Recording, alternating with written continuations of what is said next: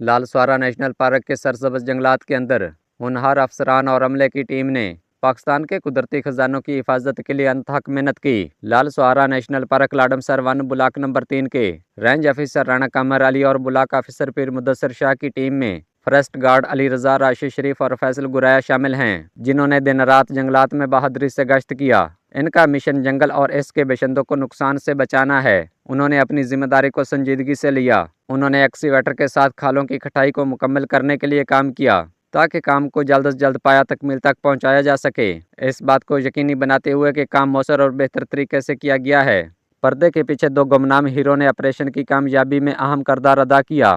محمد راشد بھٹی اور اسند خان بلوچ نے اپنے وسیع تجربے اور مہارت کے ساتھ اس کام کی نگرانی کی اور اس بات کو یقینی بنایا کہ ہر کام پر توجہ دی جائے۔ جنگلاتی کاموں کے بارے میں ان کا علم بے مثال ہے اور ان کی رہنمائی ٹیم کے لیے انمول ہے۔ ناظرین، ویڈیو کے حوالے سے اپنی رائے کمنٹ سیکشن میں ضرور دیں۔